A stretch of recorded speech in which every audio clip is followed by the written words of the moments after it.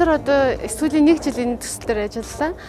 Тэгээд гарсан хүндрэлүүд бол мэдээж байлгүй яг энэ чинь туршилтын ажлын болохоор бид нар жишээ нь эхлээд утсаа үйлдвэрлэхэд бол яг бидний анхны хийсэн одоо найрлагаар болоогүй те. Тэгээд хоёр дахь удаага хийж ийм амжилтанд хүрсэн.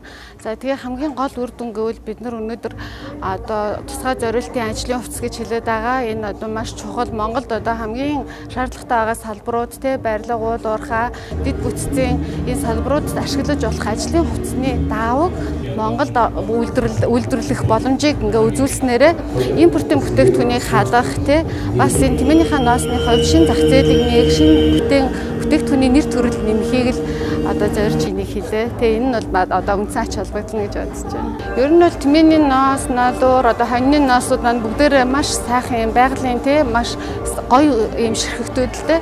Тийм болохоор ерөөсө хүссэн өнгө те хүссэн одоо юугаар будаж тэр өнгийг оруулах боломжтой. Тэгээд энэ бол маш энийг бол бид нэг үзүүлж чадсандаа бол их баяртай байна. Энэ будгийг өнгө оруулахад бол Blue Sky Kashmir ялангуяа говь компани дээр бодлого хийсэн. Тэгээд тэр компаниудаа бас баярлалаа гэж хэлэх хэрэгтэй.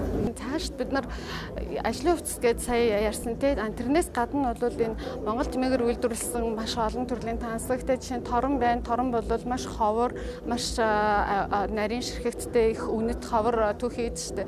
Тэгэхээр эдгээрийг бол энэ газар зүйн заалт гээд ерөөсөө ганцхан Монголын говьд байгаа тэмээний ноосоор үйлдвэрлэсэн бүтээгдэхүүнгээ тэр газар зүйн заалтаа нь холбож маркетлах талаар бид нар цаашдаа ажиллах ёстой юм байна гэж зөвлөмж гаргачаад явж байгаа.